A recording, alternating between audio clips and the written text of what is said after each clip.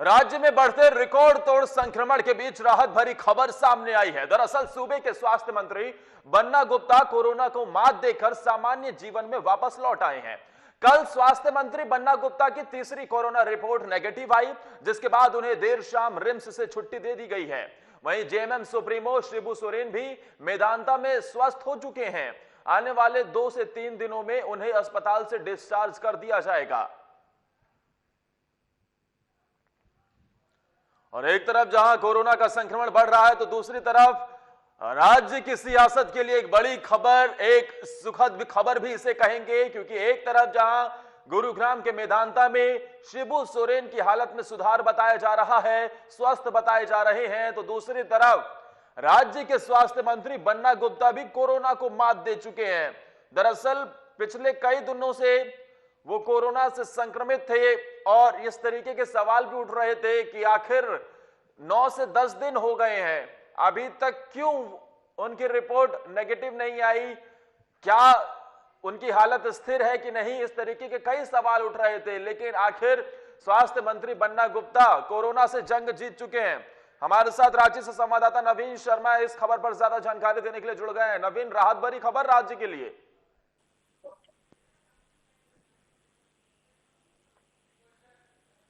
नवीन, एक तरफ जहां कोरोना का संक्रमण बहुत तेजी से फैल रहा है, तो दूसरी तरफ राज्य की सियासत में एक तरफ जहां बन्ना गुप्ता स्वास्थ्य मंत्री ठीक हो चुके हैं कोरोना से, दूसरी तरफ शिबू सोरेन भी स्वस्थ दिखाई दे रहे हैं अब। जी बिल्कुल आदर्श, एक सबसे बड़ी बात है कि पिछले 24 घंटे में जिस तरीके से कोरोना का संक्रमण बढ़ा है, कल 10 बजे तक की रिपोर्ट की अगर मैं बात करूं तो पूरे जिले में 2000 से ज्यादा संक्रमित मरीज मिले हैं। लेकिन इन सब के बीच एक सुखद खबर ये है कि कहीं ना कहीं कोरोना से जंग जीत लिए हैं। स्वास्थ्य मंत्री जो बन्ना गुप्ता, कल उन्हें रिम्स से छुट्टी भी दे दी गई। लगातार उनके स्वास्थ्य को लेकर के जो है ऊहापोह की स्थिति बनी हुई थी, सवाल उठ रहा था कि आखिर उनका स्वास्थ्य में सुधार क्यों नहीं हो रहा है।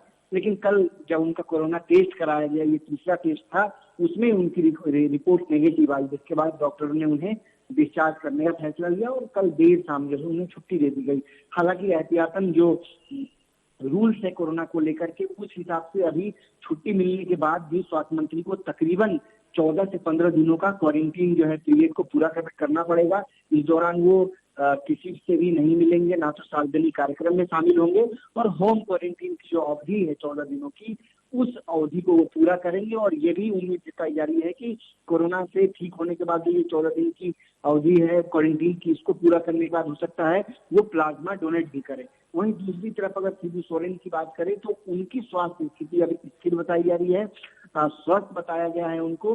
कल सुप्रियो भट्टाचार्य ने बताया, जिनके बारे में जानकारी दी कि शिबू सोरेन की स्थिति अच्छी है, स्वस्थ हो चुके हैं वो, और आने वाले 2 से 3 दिनों में उन्हें मेदांता से छुट्टी दे दी जाएगी। उनकी स्वास्थ्य को भी लेकर के लगातार चिंता जताई जा रही थी। एज ज्यादा था और जिस तरीके से कोरोना का संक्रमण बढ़ा था, फेफड़े में संक्रमण बढ़ने के बाद फिर उनको रांची मेदांता से गुरुग्राम मेदांता में शिफ्ट किया गया था। हालांकि अब कहीं ना कहीं ये सुखद जरूर खबर है ये कि राज्य के 2 बड़े नेता, कहीं ना कहीं एक कैबिनेट मंत्री खुद स्वास्थ्य मंत्री और दूसरा जेएमएम के जो सुप्रीमो शिबू सोरेन, दोनों की हालत जो है वो सुधर गई है। बिल्कुल आदर्श, यानी राज्य की सियासत में बड़े ओहदे पर जो नेता हैं वो लगभग सभी कोरोना को मात दे चुके हैं, जिन्हें भी कोरोना पॉजिटिव हुआ था। नवीन जी बिल्कुल, अब तक हमने दिखाया, अभी कुछ दिन पहले जो है पीएचई मंत्री जो है मिथिलेश ठाकुर ने भी कोरोना को मात दी, उसका उन्होंने प्लाज्मा डोनेट किया।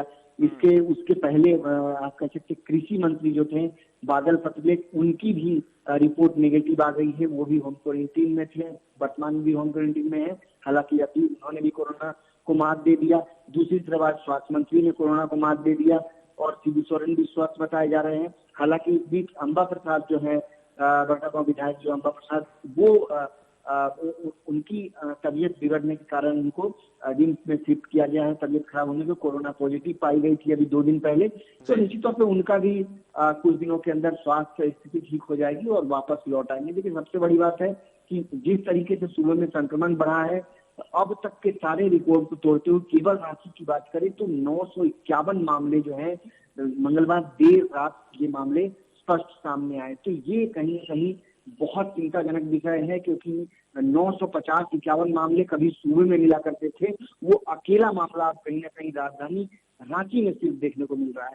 तो ये कई सवाल हैं, तमाम तरह की चीजें हैं। कोरोना से जो डर है वो अभी कमा नहीं है, खतरा कमा नहीं है। हालांकि लोग जरूर कोरोना से जंग जीत रहे हैं, कोरोना को मात दे करके वापस जो है सामान्य जीवन में लौट रहे हैं।